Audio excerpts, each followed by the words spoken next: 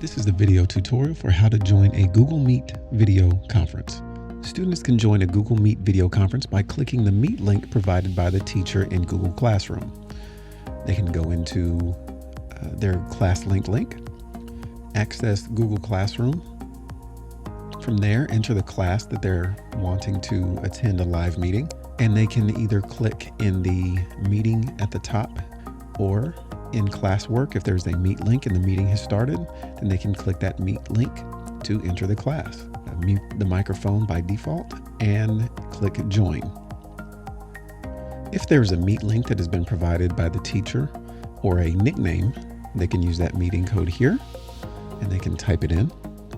And once they hit continue, it'll go to class. Students can also join directly by going to the Google Meet app on their device and entering a meeting code by pressing enter meeting code and either pasting or typing that meeting code in and hitting join meeting. Make sure you mute your microphone as you enter the room.